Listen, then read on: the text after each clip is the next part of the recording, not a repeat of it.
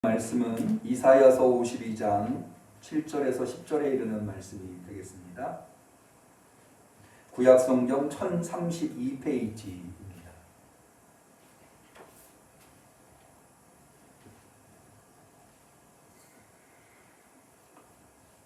(2020년도) 어느 해보다도 어려운 한 해를 보내온 우리들에게 하나님께서 큰 기쁨의 좋은 소식으로 주신 소중한 하나님의 말씀 이사야서 52장 7절에서 10절 말씀을 우리 모두 한 목소리로 정성껏 하나님의 말씀을 받들어 읽도록 하겠습니다.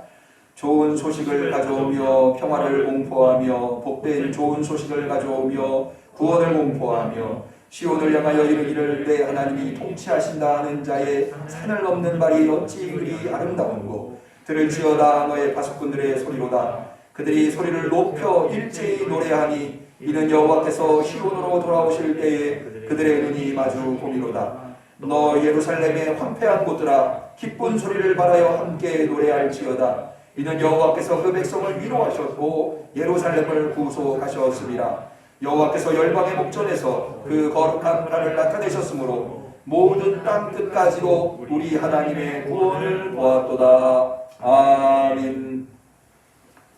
매우 특별하다고 생각을 합니다.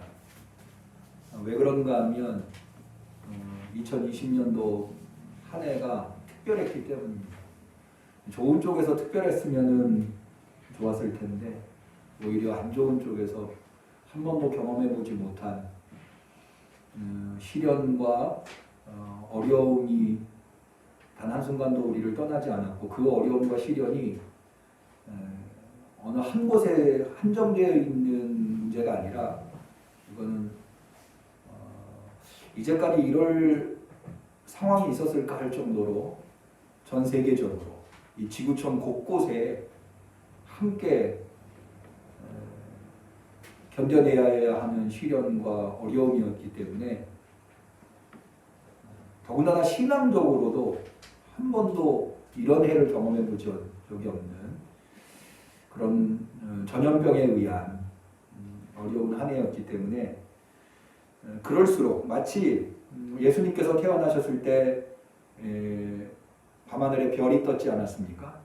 동방박사들이 그 별을 보고 예루살렘까지 찾아왔고 또 베들레헴에서 예수님을 만났는데 그 별을 발견한 동방박사들이 이 별을 보고 기뻐하고 기뻐했더라라고 하는 말씀이 마태복음에 나오는데 예수님의 탄생은 어두우면 어두울수록 밤하늘에 영롱하게 빛나는 별처럼 더욱더 우리한테 특별한 의미를 갖는 듯 합니다.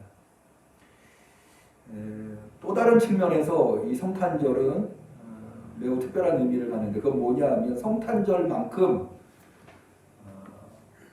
전 세계인들이 함께 기뻐하고 즐거워하고 또 누리는 축제가 없지 않습니까? 성탄절은 얼마 전에 제가 조계사에서 성탄 축하 트리를 세웠다는 얘기를 들었는데 이것은 기독교인들뿐만 아니라 난 크리스천들까지도 심지어 타 종교인들까지도 축복하고 축하해 줄 만큼 전 세계적인 명절이라고 할 수가 있습니다. 그래서 이 두 가지 이유, 전 세계적인 어려움 속에서 전 세계적인 명절을 우리가 성탄절을 맞이했기 때문에 이 성탄절은 그 어느 해보다도 특별한 의미를 가지고 있다.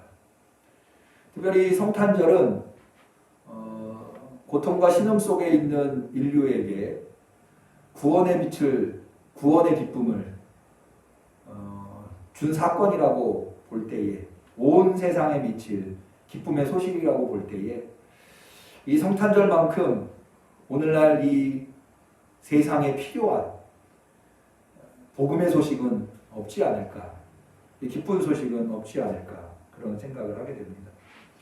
모쪼록 이 성탄절 예배에 비대면 예배로 유튜브에 참여하시는 우리 응암교회 성도님들 삶과 가정과 또 하시는 모든 일들 가운데 성탄의 기쁨이 깃들며 더 나아가서 고통받는 이 대한민국 그리고 온 세상에, 온 누리에 성탄의 기쁨이 스며들기를 주님의 이름으로 간절히 축원합니다. 그래서 오늘은 이 성탄의 기쁨을 좀 만끽할 수 있는 그런 하나님의 말씀이 어디 없을까라는 고민 끝에 제가 발견하게 된 소중한, 정말 감출래야 감출 수 없는 기쁨으로 가득 차 있는 하나님의 말씀을 선택해 보았습니다. 그게 바로 오늘 우리가 같이 읽은 이사야서 52장 7절에서 10절에 대한 말씀인데요. 이 말씀은 대표적인 메시아 예언에 대한 말씀입니다. 그런데 이 말씀 안에 이사야는 정말로 주체할 수 없는 기쁨을 담아두고 있습니다. 얼마나 그 기쁨이 흘러 넘치는지 그것을 다른 민족들, 이스라엘 민족뿐만 아니라 열방에 있는 민족들까지도 이 기쁨을, 왜 우리가 거울 효과라고 하는데 누가 웃으면 같이 웃게 되잖아요. 특히 아이들 같은 경우 엄마가 웃으면 애도 웃고 엄마가 울면 아이도 울고, 거울 효과인데 이사야가 얼마나 기쁜지요. 그 기쁨이 다른 사람들에게까지 기쁨이 되는. 그래서 오늘 우리가 읽은 본문 마지막 구절에 보면 모든 땅끝까지도 우리 하나님의 구원을 보았다. 모든 땅끝까지도 우리 하나님의 구원을 보았다고 이야기할 정도로 이 기쁨은 정말 흘러 넘치는 기쁨, 주체할 수 없는 기쁨, 그런 기쁨이 묘사되어 있는 말씀이라고 하겠습니다. 저는 이 본문을 통해서 우리 성도들이 힘들고 어려워하는 문제 속에서도 성탄의 기쁨으로 그 힘들고 어려운 것들을 극복할 수 있고, 또 이 성탄의 아침만큼이라도 이 성탄의 기쁨으로 모든 시름을 잊어버릴 수 있는 그런 성탄절이 되었으면 하는 마음에서 이 말씀을 선택해 보았습니다. 이사야서가 오늘 본문을 보면 얼마나 기쁨에 찬 노래를 부르고 있는지 단어 하나하나 정말 기쁨을 가득가득 채우고 있는 것을 볼 수가 있습니다. 우리 7절부터 볼까요? 좋은 소식, 평화를 공포하고 복된 좋은 소식, 구원을 공포하고 하나님이 통치하신다 하는 자의 산을 넘는 발이 어찌 그리 아름다운가. 여기에는 조금도 어둠이 섞여 있지 않는, 오직 찬란한 빛으로만 가득 차 있는 환희가 들어있는 듯 느껴집니다. 8절도 마찬가지입니다. 너희 파수꾼들의 소리로다. 그들이 소리를 높여 일제히 노래한다. 얼마나 기쁜지 누구 하나 예외 없이 목청껏 소리를 높여서 일제히 노래하고 있다는 거예요. 8절 마지막 부분에 보면 그들의 눈이 마주보미로다. 하나님을 마주보고 있다고 하는 내용으로 묘사하고 있습니다. 9절에 보면 너 예루살렘의 황폐한 곳들아. 완전히 예루살렘이 무너져서 더 이상 도시로서의 기능, 인간이 살 수 없는 곳이 되어버린 이 예루살렘이 기뻐하라고 하는, 완전히 나락으로 떨어져 있는 예루살렘한테 이사야는 누구보다도 예루살렘이 어떤 상황이라는 것을 잘 알고 있거든요. 그런데도 이사야가 예루살렘한테 너 황폐한 예루살렘아 기뻐해라, 소리를 발하여 함께 노래하라, 이렇게까지 외치고 있습니다. 그리고 아까 말씀드린 대로 10절에 보면 여호와께서 열방의 목전에서 그 거룩한 팔을 나타내셨다. 모든 땅끝까지도 우리 하나님의 구원을 보았다. 그러니까는 지금 7절에서 10절 사이에 저는 마치 기쁨의 빛으로 이사야가 가득 채워놓고 있는 것 같은 그런 느낌을 이 이사야서 52장 7절에서 10절을 읽으면서 발견했어요. 이거를 읽고는 제가 어디가 떠올랐는가 하면, 여러분 베토벤의 교향곡 9번 4악장에 이 환희의 송가라고 하는, 우리 성도님들 잘 아세요. 우리 찬송가 13장인가요? 기뻐하며 경배하세. 그게 원래 곡이 베토벤 곡입니다. 그 환희의 송가 많이들 그 환희를 지금 이사야가 환희의 송가, 이사야의 환희의 송가가 바로 이사야서 52장 7절에서 10절의 말씀이 아닌가 라는 생각을 할 정도로, 그런 생각이 들 정도로 이 이사야서에서 묘사하고 있는 기쁨은 정말 주체할 수 없는 기쁨입니다. 오늘 성탄절을 맞이하는 우리 성도님들에게 이런 주체할 수 없는 환희의 송가가 울려 퍼질 수 있기를 축원합니다. 그러면 도대체 이사야는 이런 기쁨을, 이렇게 주체할 수 없는 기쁨을 표현하고 있는 이유가 무엇인가? 한마디로 얘기하자면 그것은 바로 7절에 나와 있는 파수꾼에 전하는 소식, 곧 여호와께서 통치하신다 라고 하는 이 한마디 때문에 이사야는 환희의 송가를 하고 있다는 겁니다. 그러면 도대체 이 여호와께서 통치하신다 라고 하는 것이 무슨 의미길래 이사야는 이 한마디를 듣고는 주체할 수 없는 기쁨으로 이 환희의 송가를 노래하고 있는가? 먼저 이 하나님이 통치하신다라고 하는 말의 의미는 전쟁터에서 들려오는 소식이라고 할 수가 있습니다. 자, 우리 7절 하반절에 보시면 내 하나님이 통치하신다 하는 자의 산을 넘는 발이 어찌 그리 아름다운, 산을 넘어오는 발인데요, 이 소식을 전하는 자가 산을 넘어오는 발이라고 하고 있습니다. 그러면서 8절에 들을지어다 너의 파수꾼들의 소리로다. 너의 파수꾼들의 소리. 그러니까는 여기 발은 파수꾼의 발인 거죠. 그 파수꾼이 산을 지금 넘으면서 외치기를 하나님이 통치하신다 라고 외치고 있다는 겁니다. 이게 바로 전쟁터에서 들려오는 소식을 애타게 기다리고 있는 이 백성들에게 전해주는 파수꾼의 소식이라고 하는 것을 알 수가 있습니다. 여러분 한번 곰곰이 생각해 보세요. 이 소식을 왜 애타게 기다릴까요? 백성들이. 전쟁터에 누가 나갑니까? 누군가의 아들, 누군가의 남편, 누군가의 아버지가 전쟁터에 나가겠죠. 그 전쟁터에 아들이나 남편이나 아버지를 보내놓고 얼마나 애타게 소식을 기다리겠습니까? 사실 그 소식이 좋은 소식이든 좋지 않은 소식이든 어쨌든 전쟁터에서 어떤 소식이라도 좀 들어보고 싶어하는 것이 사람의 마음일 겁니다. 특별히 무슨 소식이면 더욱더 좋겠습니까? 승리했다고 하는 소식. 그 소식이면 더욱더 좋겠죠. 그런데 파수꾼이 전쟁터에서 소식을 가지고 지금 산을 넘어오고 있는 거예요. 그러면서 산을 넘어오면서부터 소리를 지르는 거예요. 한번 생각해 보세요. 여러분이 파수꾼이고 전쟁터에서부터 지금 막 승리했다는 소식을 하루라도 빨리, 한 시간이라도 빨리 고국에 있는 백성들한테 전하려고 막 산을 넘는 거예요. 그러면 우리가 산을 넘을 때 말을 하는 게 쉽습니까? 어렵습니까? 어렵죠. 막 숨이 헐떡거리면서.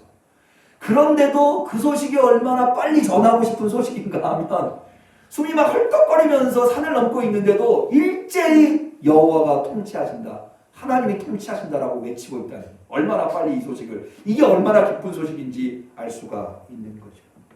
그러면 도대체 하나님이 통치하신다고 하는 의미가 무엇이길래 이 소식을 그렇게도 파수꾼은 빨리 전하려고 숨을 헐떡이면서 온 파수꾼이 일제히 이렇게 소리를 지르고 있는가? 이 하나님이 통치하신다라고 하는 말에 담겨있는 의미는 하나님이 승리하셨다라고 하는, 하나님이 전쟁터에서 이기셨다, 하나님이 승리하셨다. 이 하나님의 승리는 곧 이스라엘의 승리였던 겁니다. 그리고 그 이스라엘의 승리는 이스라엘에게 샬롬과 평화와 구원을 가져다주는 승리였던 거죠. 그래서 7절에 이사야는 좋은 소식을 가져오며 평화를 공포하며 복된 소식을 가져오며 구원을 공포하며 이렇게 선언하고, 여기 지금 이사야가 선택할 수 있는 최고 좋은 것을 단어로 선택하고 있는데 그게 바로 평화와 구원이에요. 이 샬롬이라고 하는 것은 이스라엘이 가지고 있는 단어 중에 가장 완전한 구원. 이 샬롬은 어떤 상태인가 하면 에덴 동산에서 아담이 누렸을 법한 상황, 그 평화, 그 샬롬, 전인적인 어디에도 고통이 없고 어디에도 괴로움이 없고 어디에도 어둠이 없는 그런 상태에서의 평화. 그 평화가 바로 하나님의 통치를 통해서 이루어지고 있다. 하나님의 승리를 통해서 이루어지고 있다라고 하는 겁니다. 이것이 왜 그러면 이스라엘에게 복된 소식이냐, 좋은 소식이며 기쁨을 감출 수 없는 소식이냐. 그것은 이스라엘이 지금 처해 있는 상황 때문에 그렇습니다. 이스라엘은 하나님의 백성이라고 하는 지위를 상실하고 하나님이 주신 적과 꿀이 흐르는 가나안 땅, 특별히 그 가나안 땅 중에서도 예루살렘의 성전이 완전히 파괴되어서 바벨론의 포로로 끌려가 50년을 지금 살고 있는 상황이에요. 그러니까는 이 사람들한테는 희망이라고는 조금도 발견할 수 없는 절대 절망 속에 사로잡혀 있는 상황이라는 거죠. 그런데 그런 상황 속에 놓여 있는 이스라엘을 향해서 그들의 파수꾼이 뭐라고 지금 산을 넘어오면서 외치고 있어요? 하나님이 통치하신다. 이 하나님이 통치하신다는 말은 하나님이 왕이시라는 거예요. 바벨론의 통치자가 있죠. 근데 바벨론의 통치자가 버젓이 있음에도 불구하고 하나님이 통치하신다 라고 외치는 것은 어느 때만 가능하냐? 하나님께서 바벨론의 통치자를 치셨을 때만. 그래서 바벨론의 통치자가 완전히 파멸됐을 때만 하나님이 통치하신다 라고 하는 것이 가능하다는 거예요. 이 소식이 얼마나 명백하고 분명한 소식이었는가 하면 8절 하반절에 보면은요, 너의 파수꾼들의 소리로다 그들이 소리를 높여 일제히 노래하니 이는 여호와께서 시온으로 돌아오실 때에 그들의 눈이 마주봄이로다. 이 눈이 마주본다고 하는 것은 그 파수꾼들의 눈이 하나님의 눈과 맞았다라고 하는, 눈과 눈이 서로 마주쳤을 때 눈이 마주봤다. 여러분, 이 표현은 이스라엘의 신앙에서는 가당치 않은 표현입니다. 허락될 수 없는. 왜냐하면 하나님의 눈은 볼 수가 없어요. 하나님은 영적인 분이시기 때문에 하나님의 얼굴, 하나님의 눈은 인간의 눈으로는 볼 수 없어요. 그런데 왜 그것을 분명히 알고 있는 이사야가 이렇게 표현하고 있는가? 이 파수꾼의 기쁨에 차 있는 소리가 너무나 확신에 차 있기 때문에 파수꾼이 이건 눈으로 보지 않고는 이렇게 할 수 없다라고 할 정도로, 이것은 또한 거기 8절에 나와 있는 대로 여호와께서 시온에 돌아왔다고 하는 것을 증명하고 있기 때문에 이들에게 기쁨에 찬 소식일 수밖에 없다. 앞서 말씀드린 대로 이스라엘은 하나님이 다스리는 하나님의 백성입니다. 그러나 이스라엘의 범죄로 말미암아 하나님은 이스라엘을 떠나버리셨어요. 사실 이스라엘이 바벨론의 포로로 끌려갔다고 하는 것은 이스라엘에게는 대단히 충격적인 일이었어요. 왜? 하나님이 계신데 어떻게 우리가 바벨론의 포로로 끌려갈 수 있는가? 여러분, 이스라엘이 가지고 있는 자기 정체성, 선민 사상이라고 하는 것은 사실은 이스라엘에게 생명과도 같은 거예요. 이스라엘이 2000년 동안 나라를 잃고 세상에 흩어져 살다가 1948년에 나라를, 지금의 팔레스틴 지역에 나라를 세울 수 있었던 이유가 무엇입니까? 그것은 자신들이 하나님의 선택된 백성이라고 하는 정체성, 그것 하나로 2000년을 버텨온 거거든요. 그리고는 이스라엘이라는 나라를 세운 거거든요. 그럴 정도로 이스라엘에게 하나님의 백성이라고 하는 정체성은 생명과도 같아요. 그런데 하나님이 이스라엘을 버리신 거예요. 이스라엘의 범죄로 말이에요. 그래서 바벨론의 포로로 끌려갔다는 거죠. 이것은 정말로 이스라엘에게는 견딜 수 없는, 참을 수 없는, 삶을 더 이상 유지해 나갈 수 없는 고통일 수밖에 없었던 거예요. 그런데 하나님이 돌아오셨다는 거예요. 하나님이 돌아오셨다는 걸 어떻게 알 수 있느냐? 하나님이 바벨론을 물리치시고 이스라엘을 구원하셨다는 거예요. 하나님이 바벨론에게 승리를 이끄셨다고 하는 거예요. 여러분, 여기 보면은요, 9절에 너 예루살렘의 황폐한 곳들아 기쁜 소리를 발하여 함께 노래할지어다. 이는 여호와께서 그 백성을 위로하셨고 예루살렘을 구속하셨습니다.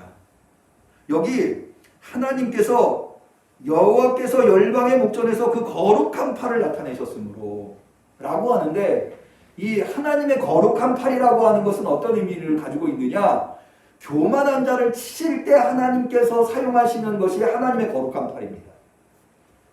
이 마리아가 자신의 몸을 통해서 예수님이 태어난다고 하는 소식을 천사로부터 전해 들었을 때, 마리아가 이런 누가복음 1장 51절에 이런 고백을 하는데, 이른바 마리아 찬가에 나오는데요. 그의 팔로 힘을 보이사 마음의 생각이 교만한 자들을 흩으셨고 권세 있는 자들을 그 위에서 내리치셨다. 그의 팔로 힘을 보이사 마음의 생각이 교만한 자들을 흩으셨고 권세 있는 자를 내리치셨고 비천한 자를 높이셨다. 다시 말해서 이 본문의 말씀은 하나님께서 교만한 바벨론을 치시고 승리하셔서 하나님이 시온으로 돌아와 이스라엘을 다스리신다. 그래서 이제 이스라엘은 샬롬, 평화와 구원이 선포되었다는 거예요. 그래서 이제로부터는 이스라엘은 아담이 에덴 동산에서 누렸던 그 기쁨과 희락과 즐거움을 누리게 되었다는 거예요. 그리고 바벨론이 단순히 이스라엘만 억압했던 것이 아니라 중동 지역의 모든 민족들을 지배하고 있었기 때문에 하나님께서 그 바벨론을 치셨다고 하는 것은 모든 중동 지역에, 당시에는 그것이 땅끝이었는데 그 땅끝까지 하나님의 구원이 이르게 됐다고 하는 것을 의미했기 때문에 10절 마지막 부분에 보면 모든 땅끝까지도 우리 하나님의 구원을 받았다 라고 선포하고 있는 것입니다. 그리고 이 바벨론을 하나님이 치셔서 승리하시고 그래서 시온으로 돌아오셔서 이스라엘을 다스리신다고 하는 것. 그렇기 때문에 예루살렘의 황폐한 곳들은 이제 노래해야 돼요. 왜냐하면 바벨론은 끝장났고 이스라엘은 다시 하나님의 백성이라고 하는 지위를 회복했기 때문에. 그리고 이제 예루살렘에서는 하나님이 다스리시기 때문에 마치 에덴 동산에서 하나님이 다스려 낙원을 누렸던 것처럼 이제 이스라엘은 낙원을 누릴 수 있게 되었기 때문에 이것이 얼마나 이스라엘에게 큰 기쁨이었는가 하면 시편 126편에 보면 이 하나님께서 행하신 이 일을 대사라고 표현하는데, 하나님이 대사를 행하셨으니 우리가 꿈꾸는 것 같았다. 이게 현실일까? 라고 생각될 정도로 그들 마음속에, 아니 여러분 식민생활을 하고 있는데 무슨 기쁨이 있겠습니까? 무슨 희망이 있겠어요? 더군다나 한두 해도 아니고 50년을, 우리나라는 일제 36년 동안 식민통치를 받았음에도 불구하고 많은 독립투사들이 변절돼서 친일을 했는데 여기는 50년이에요. 더군다나 바벨론의 포로로 끌려가서 거기에서 식민생활을 했어요. 그런 사람들이 무슨 희망이 있고 무슨 기대가 있고 무슨 기쁨이 있겠어요. 그런데 하나님께서 대사를 행하셨어요. 꿈꾸는 것 같았어요. 그래서 이사야는 이 본문에서 그 기쁨을 담아내고 있는 것입니다. 도저히 극복할 수 없었던 것처럼 보였었던 바벨론의 적, 그리고 그 적의 굴레 아래서 하루하루를 고통으로 살 수밖에 없었던 이스라엘, 그 이스라엘을 하나님께서 다스리시기 위해서 오셨다는 거예요. 그리고 그 다스리시기 위해서 오신 하나님을 눈으로 볼 수 있을 정도로 확실하다는 거예요. 그 하나님의 다스림으로 말미암아 우리는 뭘 기대할 수 있느냐? 평화와 구원을 기대할 수 있다는 거예요. 그것은 이스라엘에게만 평화와 구원이 이루는 것이 아니라 온 땅에, 땅끝까지 이르러 하나님의 구원을 보게 되었다는 거예요. 그런데요, 이 하나님의 찬양은 이 이사야서 52장 7절에서 10절에 나오는 내용은 고스란히 신약의 공명을 울립니다. 이 말씀들이 그대로 신약에, 특별히 복음서에 나타나는 것을 볼 수가 있습니다. 사실은 이 이사야서 52장 7절에서 10절에 나오는 내용이 워낙에 이 큰 목소리로 마치 이사야가 외칠 수 있는 그 가장 최대의 성량으로 이 기쁨을 외치고 있기 때문에 마치 산 위에 올라가서 우리가 큰 소리로 야호 하면은 메아리가 울리듯이 이 신약에도 이 메아리가 울리는 듯합니다. 무엇보다도 먼저 여기 7절에 나오는 좋은 소식, 복된 좋은 소식, 이게요, 여러분, 우리가 예수님의 오신 소식을 복음이라고 하잖아요. 우리나라 말 복음이라는 말이 원래는 헬라어의 유앙겔리온인데요. 이 유앙겔리온이라는 말이 바로 이 이사야서 52장 7절에 좋은 소식, 복된 좋은 소식에서 온 말이에요. 유앙겔리온이라고 하는 말. 그러니까 우리가 예수님의 복음이라고 할 때, 예수님의 유앙겔리온이라고 할 때 바로 이사야서 52장 7절에 나와 있는 이 기쁜 소식, 주체할 수 없는 기쁨을 표현하는 이 기쁜 소식이 바로 복음이라는 거죠. 누가복음 2장 10절에 야경하고 있는 목자들한테 천사들이 나타나서 예수님의 탄생 소식을 전할 때 바로 이 유앙겔리온이라는 단어가 사용되는데요. 천사가 이르되 무서워 말라, 보라 내가 온 백성에게 비칠 큰 기쁨의 좋은 소식을 너희에게 전하노라. 오늘날 다윗 동네에 너희를 위하여 구주가 나셨으니 곧 그리스도 주시니라. 예수님의 탄생이 그러하다는, 예수님의 탄생이 유앙겔리온, 예수님의 탄생이 여호와께서 다스리시는, 예수님의 탄생이 여호와가 승리하셨다는. 더 나아가서 이 이사야서 52장 7절에 있는 평화와 구원은 바로 누가복음 2장 천사들의 찬양에서 나옵니다. 지극히 높은 곳에서는 하나님께 영광이요 땅에서는 기뻐하심을 입은 사람들 중에 평화다. 예수님의 탄생을 찬양할 때에 천사들이 한 노래입니다. 그러니까는 지금 신약의 복음 유앙겔리온은 이 이사야서 52장에 나와 있는 이사야의 주체할 수 없는 환희의 송가가 바벨론에서 해방되는 이스라엘을 위한 것이 아니라 온 인류를 죄 가운데서 구원하시기 위해서 온 인류를 다스리시는 참된 왕으로 이 땅에 오신 예수님에 대한 환희의 송가였다. 이렇게 보고 있는 겁니다. 더 나아가서 여러분, 산을 넘는 발이 어찌 그리 아름다운 거 7절 마지막 부분에 나오죠. 바울은 로마서 10장에서 오직 예수님을 통해서만 구원을 얻을 수 있다라고 하는 논리를 펼 때에 이 말씀을 인용합니다. 로마서 10장 9절에 보면 내가 만일 내 입으로 예수를 주로 시인하며 또 하나님께서 그를 죽은 자 가운데서 살리신 것을 내 마음에 믿으면 구원을 얻으리니 그런즉 저희가 믿지 아니하는 일을 어찌 부르리요 듣지도 못한 일을 어찌 믿으리요 전파하는 자가 어찌 들으리요 보내심을 받지 아니하면 어찌 전파하리요 기록된 바 아름답도다 좋은 소식을 전하는 자들의 발이여 함과 같으니라. 다시 말해서 예수 그리스도가 이 세상에 구원을 주시기 위해서 태어나셨고 이 세상에 오셨다라고 하는 이 소식을 전하는 이 발이 이사야 52장 7절에 나오는 그 발이라는 거예요. 8절 마지막 부분에 나와 있는 아까 제가 하나님의 눈과 이 파수꾼의 눈이 서로 마주쳤다라고 하는, 눈과 눈이 서로 마주쳤다라고 하는 표현이 나온다고 했는데 이 표현도 역시 신약에서도 공명이 있습니다. 우리가 잘 아는데 이 표현이 나오는데요. 고린도전서 13장 무슨 장이죠? 사랑장이죠. 사랑장에 보면 바울은 이런 얘기를, 우리가 이제는 거울을 보는 것 같이 희미하나 당시에는 청동 거울이었습니다. 그래서 실루엣 정도만 보였어요. 지금처럼 거울이 자세히 보이지 않았어요. 그래서 바울은 이야기하는 겁니다. 우리가 지금은 거울을 보는 것 같이 희미하나 그때에는 얼굴과 얼굴을 대하여 볼 것이요. 그때가 언제입니까? 주께서 오실 때. 그때에는 얼굴과 얼굴. 이제는 내가 부분적으로 하나, 여러분, 우리가 하나님에 대해서, 미래에 대해서, 영적인 것에 대해서 안다고 하는 것은요, 사실 대단히 미흡합니다. 부분적이에요. 저는 이렇게 표현해요. 인간이 하나님에 대해서 알 수 있는 것은 마치 바다에 바가지 하나를, 바닷물을 떠놓고 이게 바다다라고 말하는 것과 같다. 사실 바닷물을 바가지 한 바가지에 떠났으니까 이게 바닷물이 아닌 건 아니죠. 바닷물이죠. 그러나 그것이 바다라고 표현하면 그것은 얼마나 어리석은 겁니까? 우리가 마치 하나님을 다 아는 것처럼 말하지만 하나님을 안다고 하는 것이 얼마나 미약한지를 알 수 있어요. 그런데 예수님이 오시면 어떻게 돼? 그때에는 주께서 나를 아신 것 같이 내가 온전히 알게 될 것이다 라고 표현하고 있다는 겁니다. 마지막으로 땅끝까지도 우리 하나님의 구원을 보았다고 하는 표현도 역시 예수님과 결부되어 있습니다. 세례 요한이 예수님에 대해서 이렇게 선포합니다. 누가복음 3장 6절에 모든 육체가 하나님의 구원하심을 보리라 함과 같으리라. 예수님을 본 게 뭐와 같다? 하나님의 구원하심을 본다. 모든 육체가. 그러면 사실 하나님은 눈으로 볼 수가 없죠. 그런데 예수님은 이 땅에 나타나신 하나님이십니다. 그래서 예수님을 뭐라고 얘기하느냐? 나타나신 하나님이라고 얘기합니다. 우리가 눈으로 볼 수 있도록 육체를 입고 이 땅에 오신 예수님, 그 예수님은 곧 하나님이셨습니다.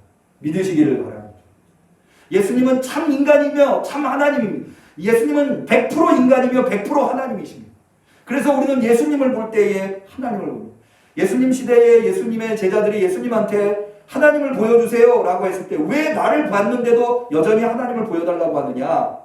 너희가 나를 봤다면 하나님을 본 것이다 라고 말씀하실 정도로 바로 그 하나님의 구원이 예수님한테서 나타나고 있다는 겁니다. 예수님은 이 땅에 오셨습니다. 예수님은 이 땅에 우리를 죄로부터 구원해내시려고, 여러분 이 죄로부터 구원한다고 하는 것이 얼마나 큰 의미를 가지고 있습니다. 돌아오는 주일이 송년주일인데요. 송년주일에 제가 준비한 말씀이 전도서입니다. 전도서는 성경에 나와 있는 가장 지혜서 중에 하나죠. 한 해의 막 끝에서는 한 해를 반추하는 지혜를 우리가 얻어볼 수 있어야겠기에 전도서를 살펴보죠. 근데 전도서의 핵심이 뭐냐? 인생이 허무하다는 거예요. 그래서 전도서 1장 2절부터 솔로몬이 지은 전도서라고 하면서 2절에 헛되고 그러면 왜 전도서는 인생을 헛되다고 이야기하느냐? 인생은 죽음에 이르기 때문에, 인생은 끝장나기 때문에, 아무리 이 세상에 권력자로 태어나고 왕으로 태어나고 많은 것을 소유하고 대단한 일을 한 것처럼 보여도 그 모든 인생의 끝에는 죽음이 있기 때문에 그렇다는 거예요. 그래서 그 모든 인생은 이 헛된 것, 허무한 것, 여기서 벗어날 수가 없어요.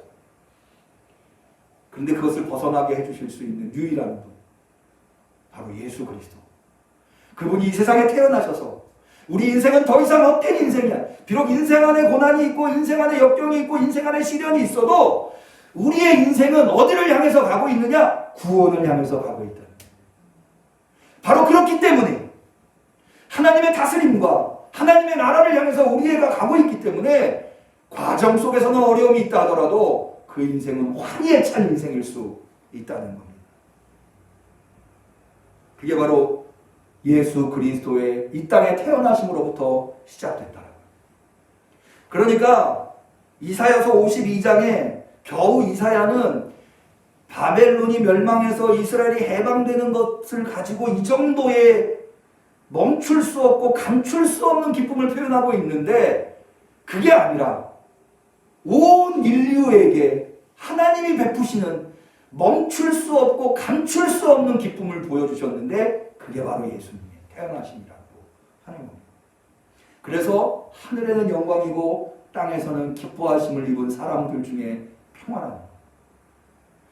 하나님만이 하실 수 있는, 온 인류를 죄로부터 구원하시며 죽음으로부터 구원하시며 인생의 허무함으로부터 구원하신 이 하나님만이 하실 수 있는 일이 예수님의 탄생으로부터 시작됐다고 하는 거예요.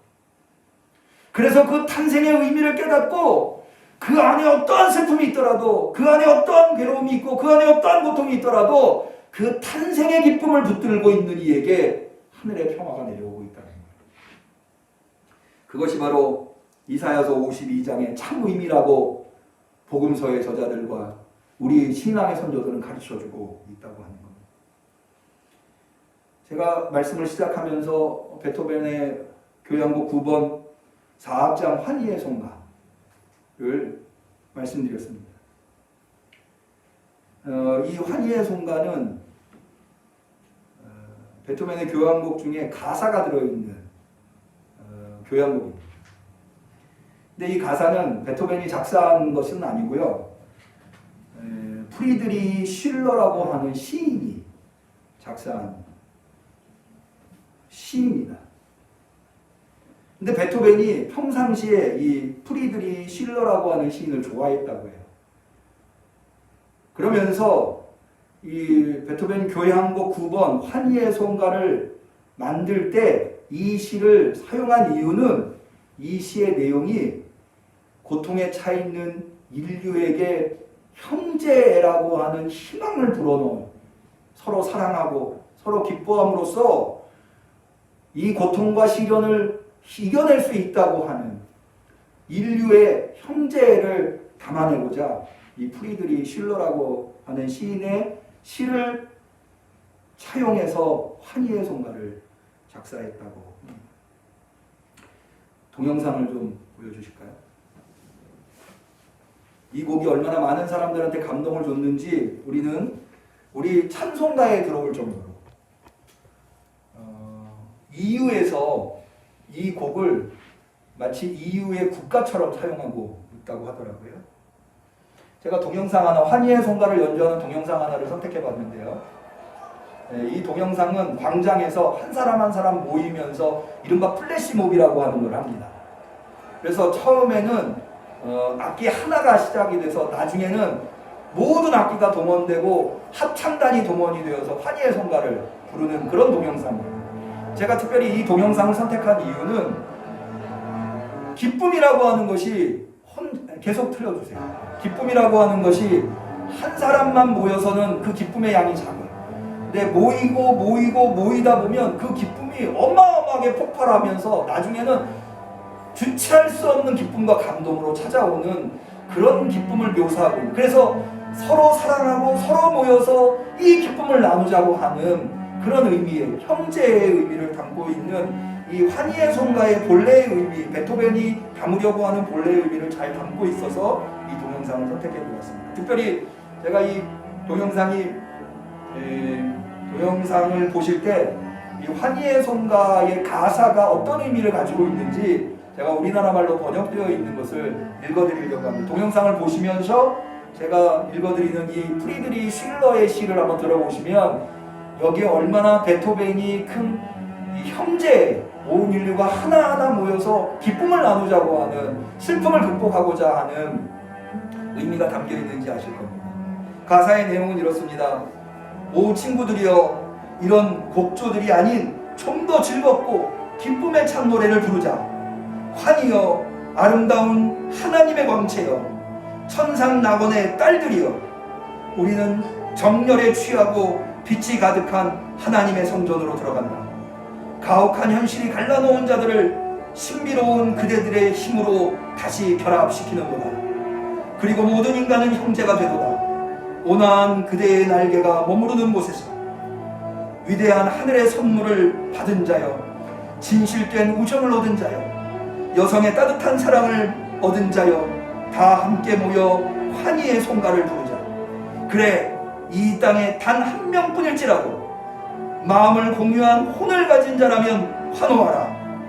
태양이 수많은 별 위를 움직이듯이, 광활한 하늘의 궤도를 즐겁게 날듯이 형제여 길을 달려라. 영웅이 승리의 길을 달리듯이 모든 사람은 서로 포옹하라. 이것은 온 세상을 위한 입맞춤. 형제여, 별의 저편에서는 사랑하는 아버지가 있으니 억만 인들이여 엎드리지 않겠는가? 창조주를 믿겠는가? 온 세상이여, 별들 뒤에 그를 찾으라. 별들이 지는 그곳에 그분은 계시다. 모든 사람은 서로 포옹하라. 이것은 온 세상을 위한 입맞춤. 형제여, 별의 저편에는 사랑하는 아버지가 있으니 모든 사람은 서로 포옹하라. 이것은 온 세상을 위한 입맞춤. 환희여, 아름다운 하나님의 광채여, 천상 낙원의 딸들이여, 환희여, 아름다운 하나님의 광채여, 하나님의 광채여.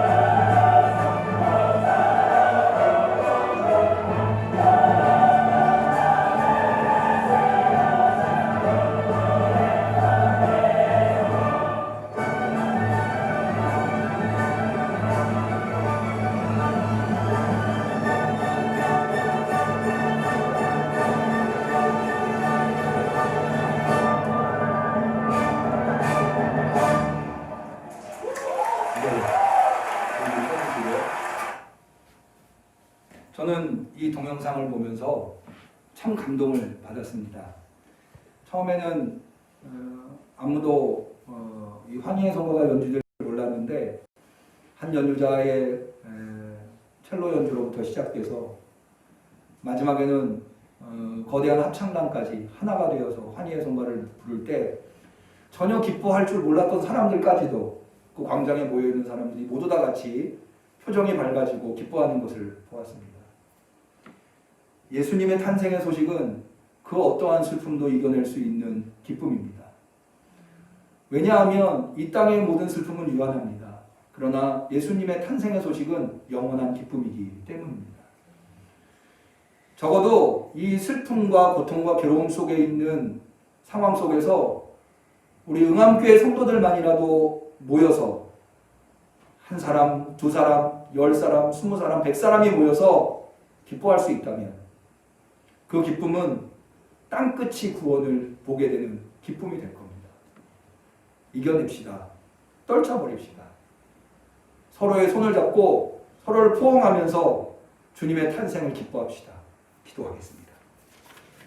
하나님 아버지, 오늘 우리에게 이 세상의 어떠한 슬픔도 극복해낼 수 있는, 이겨낼 수 있는 영원한 기쁨, 주체할 수 없고 멈출 수 없는 기쁨, 그래서 땅끝까지 구원을 보게 되는 그 기쁨을 우리에게 선사해 주심을 감사합니다. 예수님의 탄생이 바로 우리에게, 아니 온 인류에게 그런 기쁨임을 믿습니다.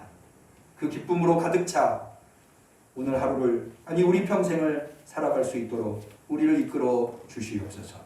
예수님의 이름으로 기도 올려옵나이다. 아멘.